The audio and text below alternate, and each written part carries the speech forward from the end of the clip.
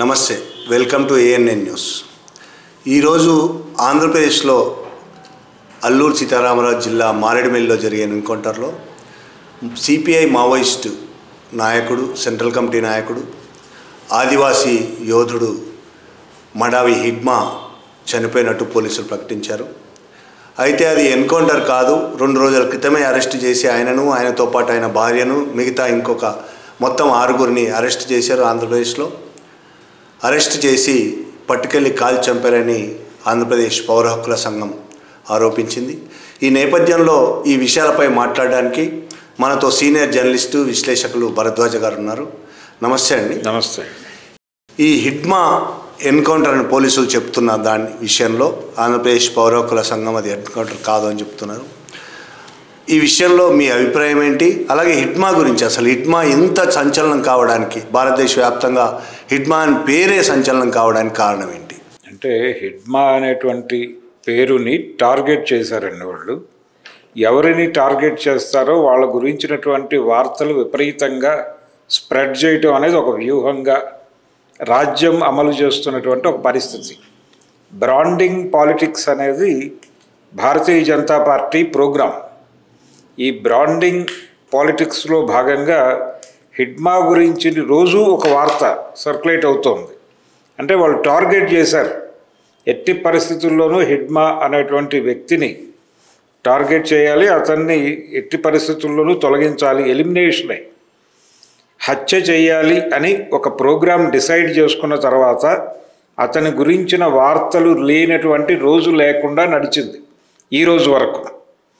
ఈ ఒక నెల రోజుల క్రితం, అంటే 2-3 సెంట్రల్ స్థాయికి చెందినటువంటి ఇంగ్లీష్ యూట్యూబ్ ఛానల్స్లో ఆయన హతం అన్న పద్ధతిలో వార్తలు వచ్చినాయి నెల క్రితం. ఇలా రోజు ఏదో ఒకటి. అలాగే హోంమంత్రి, సీఎం గారు ఛత్తీస్గఢ్ వాళ్ళు హిడ్మా మదర్తో సరెండర్ కమ్మని ఒక పిలుపు ఇప్పించటం అనే కార్యక్రమం కూడా జరిగింది. వచ్చేసాయి అని చెప్పి ఆవిడతో ఒక మాట చెప్పించటం.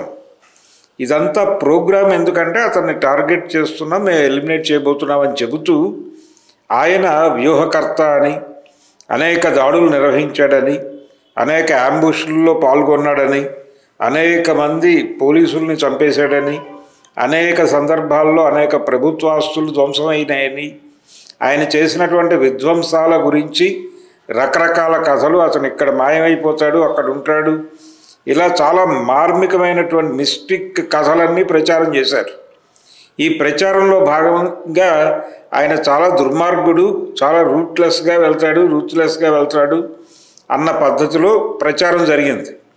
అంటే ఆయన్ని చంపేసిన రోజున పౌర సమాజం నుంచి ఎటువంటి స్పందన ఉండకూడదు అనేది ప్రోగ్రాం. అందుకని హిడ్మా అనేటువంటి పేరు ప్రతి ఇంటికి పరిచయం అయిపోయింది. ప్రతి ఒక్క మనిషికి, యూట్యూబ్ చూసేటువంటి ప్రతి ఒక్క మనిషికి హిడ్మా ఎవరో తెలుసు, వాళ్ళ రాజకీయ అభిప్రాయాలతో సంబంధం లేకుండా. ఇలాంటి బ్రాండింగ్ ప్రోగ్రాంలో భాగంగా వాళ్ళు ఎవరిని టార్గెట్ చేస్తారో వాళ్ళ పేరు విపరీతంగా మోగుతోందంటే ఆ పేరు ఉన్నటువంటి మనిషిని అతి త్వరలో వాళ్ళు నిర్మూలించబోతున్నారు, హత్య చేయబోతున్నారు అనేదే ఉద్దేశం. ఇటువంటి కార్యక్రమంలో భాగంగానే హిడ్మా టార్గెట్ అయ్యాడు అనేది అర్థమైంది. ఈ రోజున ఆ టార్గెట్ని ఏపీలో ముగించారు. ఏపీలో చాలా స్పష్టంగా అక్కడ ఉన్నటువంటి రాజకీయ పార్టీలు, ఇక్కడ ఎంఎల్ మూమెంట్ కానీ లేకపోతే పర్టికులర్గా మావోయిస్ట్ మూమెంట్ కానీ ఏమీ లేదు మా రాష్ట్రంలో అని చెప్పుకుంటూ వస్తున్నారు ఇప్పటిదాకా. ఈరోజు దాదాపుగా ఆపరేషన్ అంతా అక్కడే జరుగుతున్నట్టుగా వార్తలు వస్తున్నాయి. అంటే విజయవాడలో ఉన్నారు, ఒక పెద్ద ఇల్లు తీసుకుని ఉన్నారు, ఏలూరులో ఒక 21 మందిని అరెస్ట్ చేశారు అనే విజువల్స్ చూపిస్తున్నారు టీవీ ఛానల్. పెనంలూరు ఓకే, అదే విజయవాడకు సంబంధించిన పెనంలూరే అది. అక్కడ జరుగుతోంది. అక్కడ ఒక ఆటోనగర్ దగ్గరలో ఉంటుంది, అది 27 మంది ఎంతో, అక్కడ 27 మంది. ఏలూరులో ఒక 21 మంది. కాకినాడలో, ఇందాక మీరు అన్నట్టు విజయనగరంలో, ఇలా రకరకాల ప్రాంతాలలో ఇల్లు తీసుకుని ఒక్కొక్క ఇంట్లోనూ 25 మంది 30 మంది ఉన్నారు. అక్కడ ఆయుధాలు ఉన్నాయి. అంటే అడవులు ఖాళీ చేసేసి నగరాలకు వచ్చేశారు అన్న పద్ధతిలో చెప్తున్నారు వీళ్ళు నెరేటివ్. ఈ నెరేటివ్లో భాగంగానే ఆంధ్రప్రదేశ్లోనే హిడ్మాని ఆయన సతీమణిని మరొక ఇద్దరిని పట్టుకున్నారు అని పౌర హక్కుల సంఘం వాళ్ళు ప్రకటించారు. ఆంధ్రప్రదేశ్ పౌర హక్కుల సంఘం వాళ్ళు ప్రకటించి ఇది ఓపెన్గా అర్థమవుతున్న విషయమే, ఎక్కడో పట్టుకుని తీసుకొచ్చి కాల్చి చంపడం అనేది పోలీసులు రెగ్యులర్గా అమలు చేస్తున్నటువంటి పద్ధతి. నిరాయుధంగానే అరెస్ట్ చేసి పట్టుకొచ్చి కాల్చి చంపి అక్కడ ఎన్కౌంటర్ అని చెప్పారు. అడ్డతీగల ప్రాంతంలో వాళ్ళు చూపించారు లొకేట్ చేసి. అయితే అల్లూరి జిల్లాలో జరిగింది ఇది. అల్లూరి జిల్లాలో జరగటం అనేది ఒక ఐరనీ. అంటే అల్లూరి సీతారామరాజు అనేది తెలుగు రాష్ట్రాలలో మొదటి బూటకపు ఎన్కౌంటర్ అని అంటారు చరిత్రకారులు. అంటే సీతారామరాజుని ఆ రోజున మేజర్ గుడాలు నిరాయుధంగానే పట్టుకుని కాల్చి చంపి, ఆయన మా మీద దాడి చేయబోతే మేము ఆ దాడిని ప్రతిఘటించడానికి జరిపిన కాల్పుల్లో ఆయన చనిపోయాడు అని నోట్ రాశాడు. ఆ నోట్ చాలా పాపులర్, అది ఇంటర్నెట్లో అవైలబుల్. అదే మాటల్ని ఈ రోజుకి కాపీ పేస్ట్ చేసుకుంటూ బతుకుతోంది భారతదేశ ప్రభుత్వం. అదే ప్రకటనని హిడ్మా సందర్భంగా కూడా విడుదల చేస్తూ అల్లూరి జిల్లాలో ఈ ఎన్కౌంటర్ జరిగినట్టుగా, ఎన్కౌంటర్ పేరుతో జరిపిన హత్య ఇది. ఎన్కౌంటర్ల పేరుతో హత్యలు చేయటం అనే కార్యక్రమం ఇటీవల కాలంలో చాలా ఎక్కువైంది. ఈ మధ్య కాలంలో వరుసగా చంపేస్తున్నారు, చంపుకుంటూ వెళ్ళిపోతున్నారు. ఆయన చాలా స్పష్టంగా చెప్పాడు, ఎలిమినేషనే, మేము ఆఖరి మావోయిస్టుని చంపేదాకా ఈ ఆయుధం దింపము, మార్చి నెల ఆఖరులోపు ఇది కంప్లీట్ చేస్తామని చెప్పి ఆపరేషన్ కగార్ అంటున్నాడు. ఇది పోలీస్ కూంబింగో లేకపోతే పోలీస్ యాక్టివిటీగో దీన్ని కుదించి మాట్లాడటం తప్పు. సైన్యం నేరుగా రంగంలోకి దిగి మావోయిస్టు పార్టీతో జరుపుతున్నటువంటి యుద్ధంగా చూడాల్సినటువంటి అవసరం ఉంది. ఈ యుద్ధంలో వాళ్ళు ఒక దేశం మీద యుద్ధం చేసేటప్పుడు ఎటువంటి సైనిక సంపత్తిని వాడతారో, అలాగే ఎటువంటి ఆయుధాలు వినియోగిస్తారో అలాంటి ఆయుధాలతోనే ఈ ఆపరేషన్ జరుగుతోంది. ఇది పోలీసులకి సంబంధం లేదు, సైన్యమే, సైనిక పటాలాలే చంపేసి పోలీసుల అకౌంట్లో దీన్ని ఇప్పుడు ప్రపంచం ముందు పెట్టారు అనేది వాస్తవం. టీవీ ఛానల్స్ కూడా తెలుసో తెలియకో భద్రతా దళాలు అనే పదాలని విపరీతంగా వాడినాయి ఈరోజు. ఈ హిడ్మా వార్త మాత్రమే కాదు, విజయవాడ పెనమలూరులోను, అలాగే ఏలూరులోను, కాకినాడలోను ఈ ఇళ్ల మీద జరిపినటువంటి దాడుల సందర్భంగా కూడా భద్రతా దళాలు, గ్రేహౌండ్స్ దళాలు కలిసి మోహరించినాయి అన్న పద్ధతిలో వార్త నడిపారు. మొదట భద్రతా దళాలు అనే ఒక్క పేరే వాడారు, తర్వాత ఎందుకైనా మంచిదని ఎవరో కరెక్ట్ చేసి గ్రేహౌండ్స్ అన్నారు.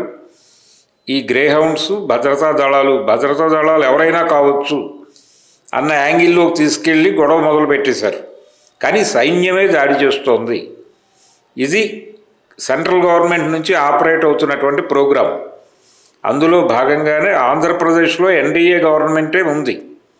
ఎన్డీఏ గవర్నమెంట్ ఈజీగా ఉంటుంది అనే ఉద్దేశంతో ఈ హత్యాకాండకు వీళ్ళు ఎక్కడైనా దొరుకుండొచ్చు, ఛత్తీస్గఢ్లో కూడా దొరుకుండొచ్చు. ఆంధ్రప్రదేశ్ అనేది మన స్టేట్ కాబట్టి అక్కడికి వెళ్ళి చేసుకుంటే బాగుంటుంది తెలంగాణ కంటే కూడా అనే ఉద్దేశంతో ఈ హత్యాకాండకి వేదికగా ఆంధ్రప్రదేశ్ని, పర్టికులర్గా అల్లూరు జిల్లా, అది కొంచెం ఫారెస్ట్ రీజియన్ ఉంటుంది కాబట్టి మన్యం ఆ ప్రాంతాన్ని ఎంచుకున్నట్టుగా నాకు అర్థమైంది ఈరోజు జరిగినటువంటి ఎన్కౌంటర్ అని వాళ్ళు చెప్తున్నటువంటి హత్య సందర్భంగా. ఇప్పుడు ఇది ఈ సందర్భంగా మీడియా మొత్తంగా అయిపోయింది. ఇక చివరి దెబ్బ ఇది. హిడ్మా చనిపోవడం అనేది మావోయిస్టుల మీద చివరి దెబ్బ. ఇక అయిపోయినట్టే మావోయిస్టులు. తిప్పి తిరుపతి ఎలియాస్, దేవుజీ ఒక్కడు మిగిలాడు, గణపతి ఒక్కడు మిగిలాడు, మొత్తం అయిపోయినట్టే. ఈ చివరి దెబ్బతో మావోయిస్టుల పని ఖతం అని మీడియా మొత్తంగా ప్రచారం చేస్తున్నది. కొన్ని వెబ్సైట్లు కూడా చివరి దెబ్బ అనే మాట్లాడుతున్నాయి. దీని మీద మీ అభిప్రాయం ఏంటి అసలు? అంటే వాంటెడ్గా టోటల్ మీడియాని సెంట్రల్ గవర్నమెంట్ ఆర్గనైజ్ చేసి నడిపిస్తోంది. ఏం రాయాలి, ఏం మాట్లాడాలి, ఏ వార్తని ప్రసారం చేయాలి, ఇది డిజైన్ చేసి నడిపిస్తున్నారు. ఏ స్పెక్యులేషన్ని వ్యాప్తి చేయాలి, ఏ పుకారును పుట్టించాలి అనేది కూడా పైనుంచి కేంద్ర ప్రభుత్వం హోంశాఖ నుంచి మీడియాని నడుపుతున్నటువంటి పరిస్థితినే నేను చూస్తున్నాను.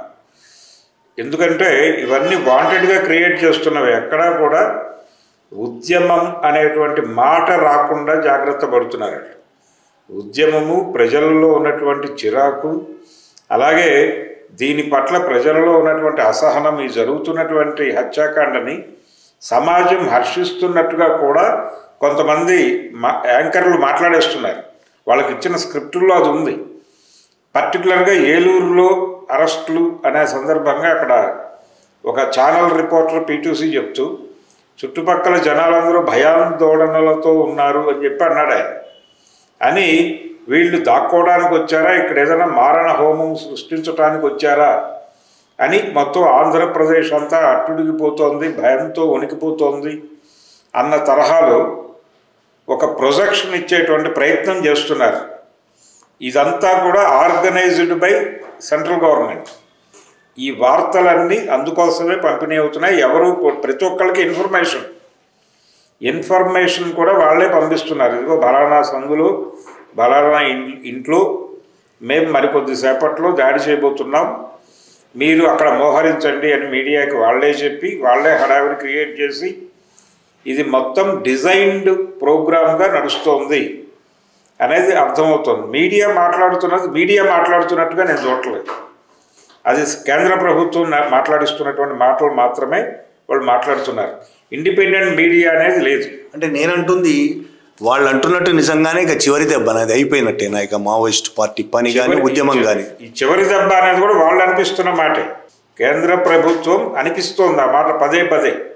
ఇప్పుడే కాదు, నంబాళ్ళ కేశవరావు గారి ఎన్కౌంటర్ జరిగిన రోజు కూడా అయిపోయింది అని చెప్పడంతో పాటు ఆ డెడ్ బాడీ దగ్గర వాళ్ళు వికృతంగా నృత్యం చేసినటువంటి వీడియో ఒకటి సర్క్యులేట్ అయింది ఆ టైంలో.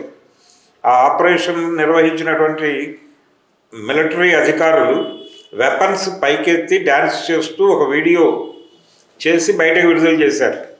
దాదాపుగా మేము గెలిచేసాం, మాదే పై చెయ్యి, మావోయిస్టులను మేము నిర్మూలిస్తామని చెప్పాం, నిర్మూలించేసాం, అయిపోయింది అంటే హిడ్మాని ఆ లెవెల్లో ప్రొజెక్ట్ చేసుకుంటూ వస్తున్నారు.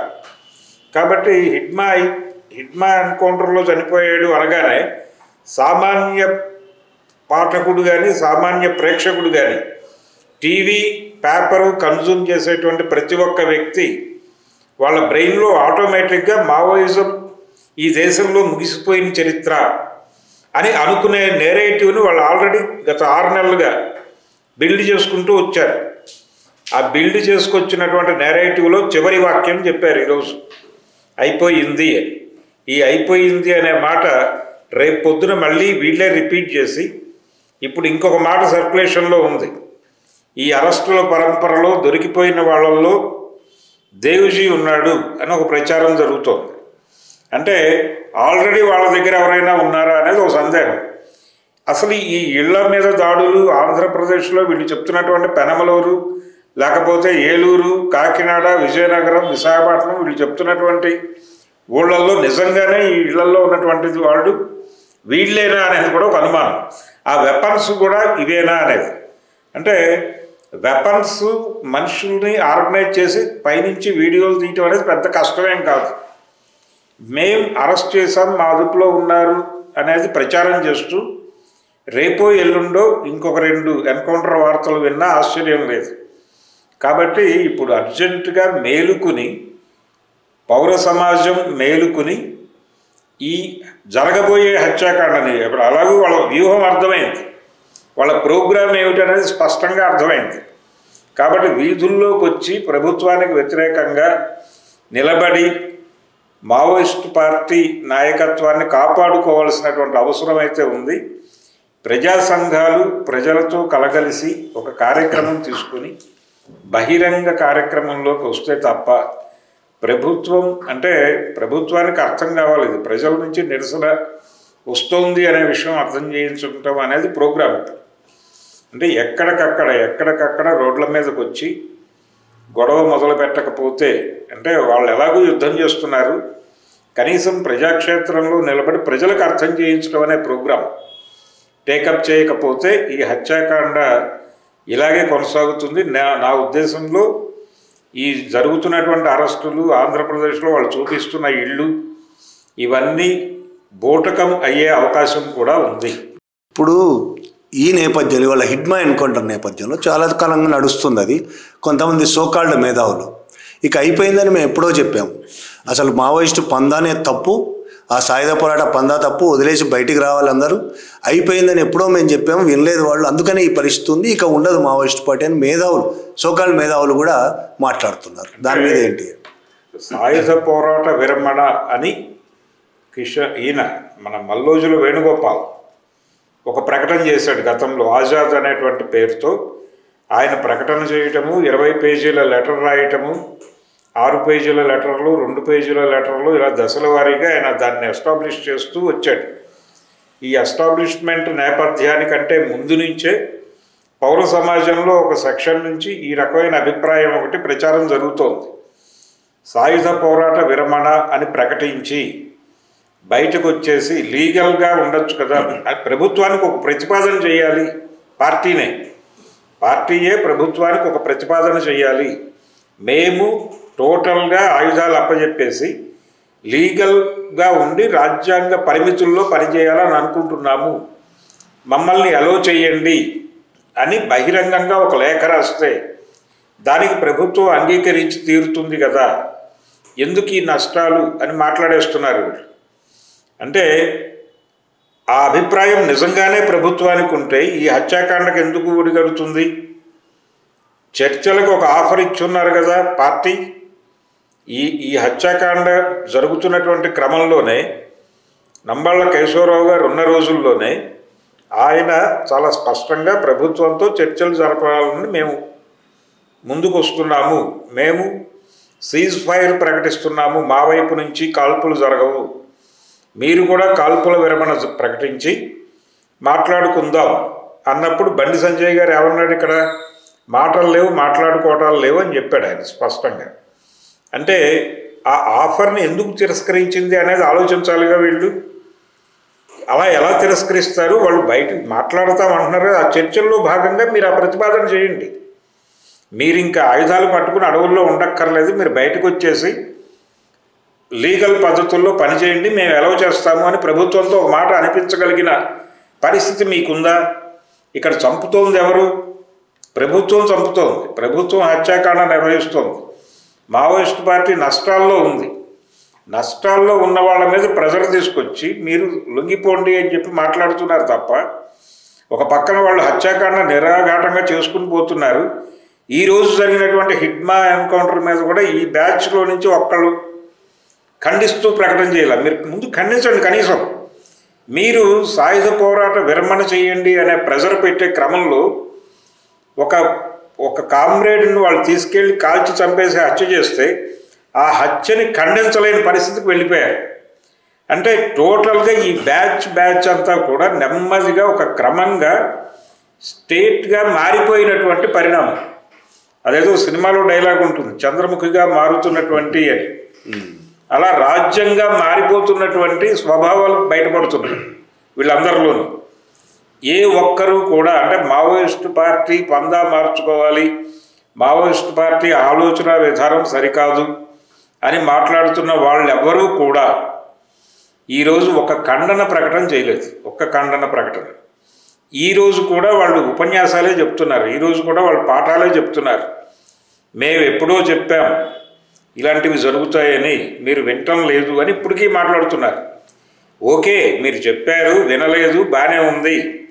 ఈరోజు జరిగినటువంటి ఇన్సిడెంట్ గురించి మీ స్పందన ఏంటో ముందు తెలియజేయండి.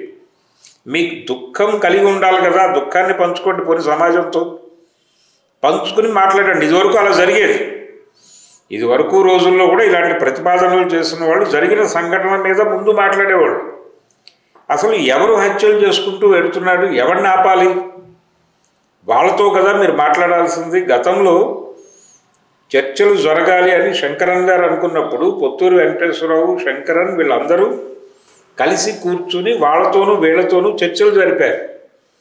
పౌరస్పందన వేదిక అని ఏర్పాటు చేసి లైక్ మైండెడ్ పీపుల్ అందరినీ ఒక చోటకు తీసుకొచ్చి ఇరుపక్షాలతోనూ చర్చలు జరిపి ఒక సానుకూల వాతావరణాన్ని కల్పించగలిగారు.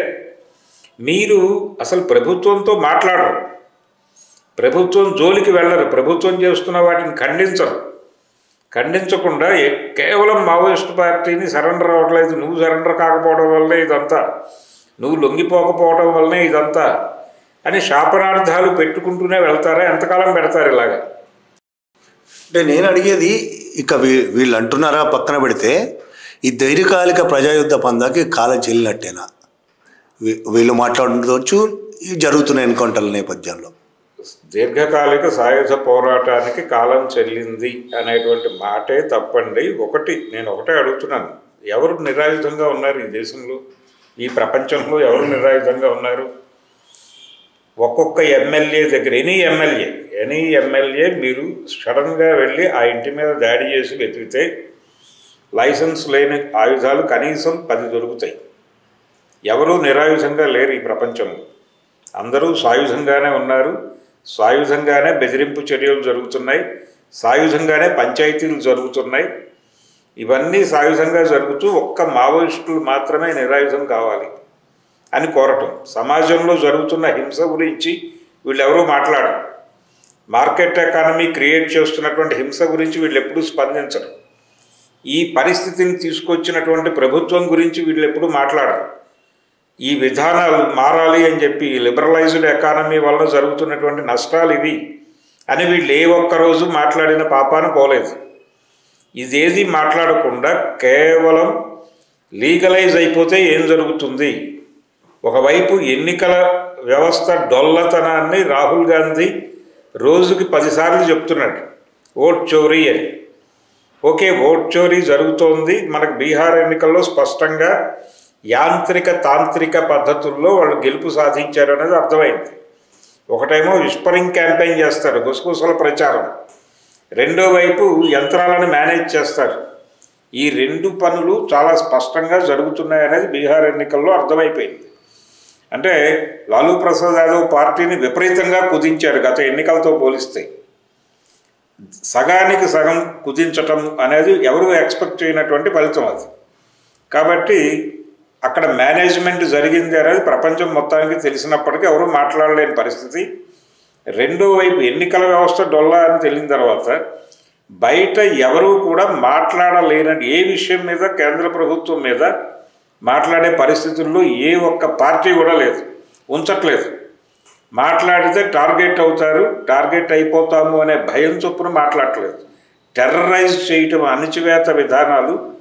గతంలో ఎన్నడూ ఎమర్జెన్సీ గురించి మాట్లాడతారు చాలామంది. ఎమర్జెన్సీ మీద ఓ ప్రోగ్రాం చేశారు ఈ మధ్య భారతీయ జనతా పార్టీ వారు. ఎమర్జెన్సీ నాటి దారుణమైన విశేషాలు అని చెప్పి ఈ మధ్య కాలంలోనే మాట్లాడారు. 75-50 ఏళ్ళు అయిందని చెప్పి. అంతకి మించిన దారుణాలు ఇప్పుడు అమలవుతున్నాయి. అప్రకటిత నిర్బంధం చాలా దారుణంగా ఉంది. గతంలో అరెస్ట్ చేసి జైళ్ళకి పంపించేవాళ్ళు కావచ్చు, కానీ ఇప్పుడు నేరుగా చంపేస్తున్నారు, నేరుగా హత్యలు చేస్తున్నారు.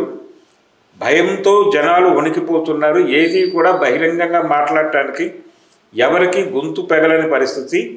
పైగా ఎవరికి వాళ్ళు పక్క వాళ్ళని కాపాడటం కోసం దయచేసి మాట్లాడొద్దు, మౌనంగా ఉండటమే మంచిది అని ఎవరికి వారు హితోపదేశం చేసుకుంటున్నటువంటి ఒక పరిస్థితి ఉంది. ఇంత దౌర్భాగ్య పరిస్థితి, ఇంత నిర్బంధం ఎన్నడూ లేదు. ఈ నిర్బంధం నడుస్తున్నటువంటి సమయంలో మౌనంగా ఉండటం అంటే, ఈ టైంలో మౌనం అనేది మరణ శాసనంగా కనిపిస్తోంది, సమాజ మౌనం. అందుకని దీన్ని కదిలించాల్సినటువంటి బాధ్యత ఉంది. చాలా భయంకరంగా ఉంది పరిస్థితి. దీన్ని పట్టించుకోకుండా వీళ్ళందరూ రకరకాల అంశాలు పట్టుకుని ఇష్టం వచ్చినట్టు కామెంట్లు చేసుకుంటూ వెళ్ళిపోతున్నారు. సరే, వాళ్ళ చనిపోయిన హిడ్మా గురించి సోషల్ మీడియాలో చాలా ప్రచారం జరుగుతుంది. అల్లూరి సీతారామరాజు, కుమ్రం భీం, గుండాధూర్ వీళ్ళ వారసత్వాన్ని కొనసాగించిన వాడు హిడ్మా అంటున్నారు. ఈ పోలిక సరైనదేనా? దీని అభిప్రాయం, మీ అభిప్రాయం ఏంటి అసలు దీని మీద? అంటే చాలా సందర్భాల్లో ఇటీవల కూడా రకరకాల ప్రశ్నలు వస్తున్నాయి. అంటే ఆదివాసీల నుంచి నాయకత్వం వచ్చిందా? ఇలాంటివి వచ్చిన నాయకత్వమే అది. హిడ్మా అక్కడి నుంచి వచ్చినటువంటి నాయకుడే. ఆయన కేంద్ర కమిటీలో ఉన్నాడు.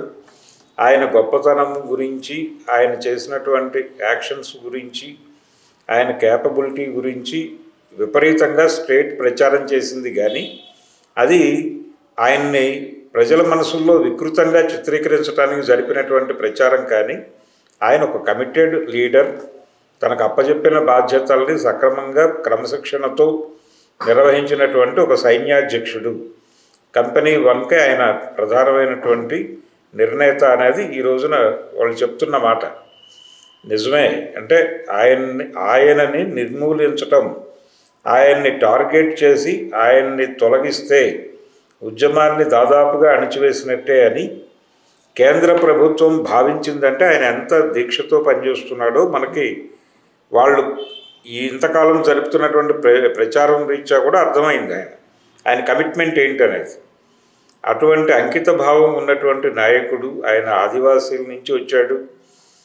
ఆయన్ని టార్గెట్ చేసి చంపేయటం అనేది నేను ఆ ఏరియాలో ఆ సెక్షన్స్లో భయాందోళనలు నింపటంలో భాగంగా కూడా చేశారు. లొంగుబాట్లు ఇవన్నీ నడుస్తున్నటువంటి సమయంలో అరెస్ట్ అయిన సందర్భంగా కూడా మాట్లాడే అవకాశాలు దొరుకుతాయి. కానీ ఆ కమిట్మెంట్తోనే ఉన్నారు వాళ్ళు. ఆ కమిట్మెంట్లో భాగంగానే ఈ హత్య, ఈయన ఒక్కడి హత్య కాదు, ఆ మిగిలిన కామ్రేడ్స్ హత్యలు కూడా ఈ క్రమంలోనే జరిగాయి. కాబట్టి వాళ్ళు పోరాటంలోనే, అంటే గత ఆదివాసీ యోధుల వారసత్వ కొనసాగింపు చూడొచ్చు. ఖచ్చితంగా వారసత్వం అని మనం క్లెయిమ్ చేస్తున్నాం. కానీ అదొక పరంపర కొనసాగుతూనే ఉంది. అటవీ హక్కుల పరిరక్షణ, రిజర్వ్ ఫారెస్ట్ యాక్ట్కి వ్యతిరేకంగా ఆ రోజుల్లో ఉద్యమించారు వీళ్ళు.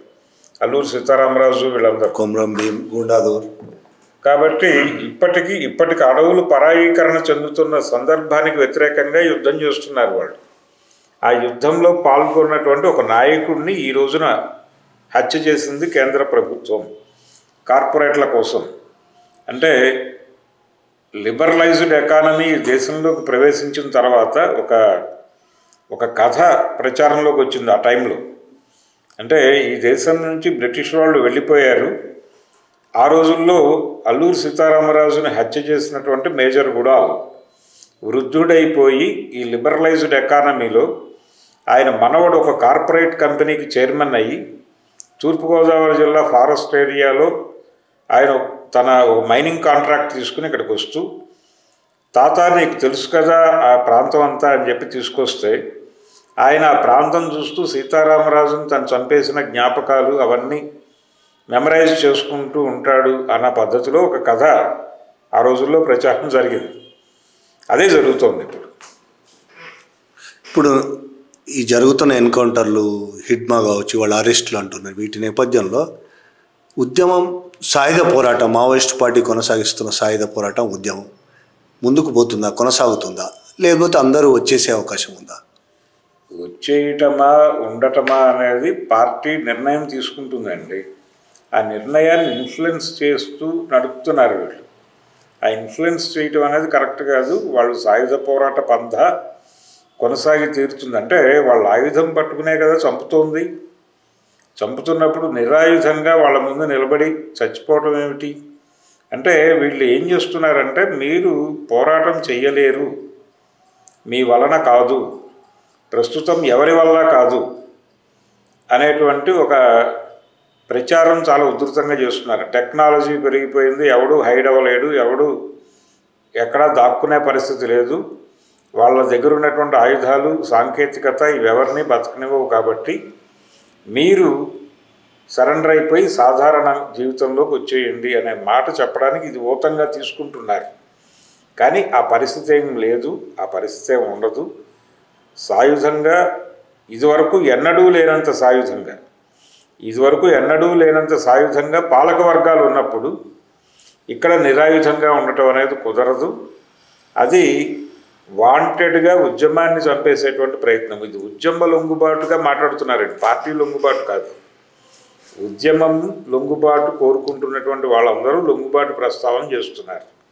ఇది ఎవరు చేసినా కానీ మాజీ మావోయిస్టులు కూడా కొంతమంది మాట్లాడేస్తున్నారు.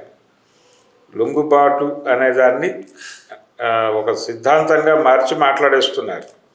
ఇది మాత్రమే ఇప్పుడు ప్రపంచాన్ని కాపాడే ఇష్యూ. అంటే అందరూ లొంగుతున్నారు. రేపో ఎల్లుండో రాహుల్ గాంధీ కూడా లొంగిపోతాడనే ప్రచారం జరుగుతోంది. రాహుల్ గాంధీ సరెండర్ ప్రోగ్రామ్, ఆయన ఎలా లొంగిపోతాడు అనే దాని మీద కూడా రకరకాల చర్చలు జరుగుతున్నాయి.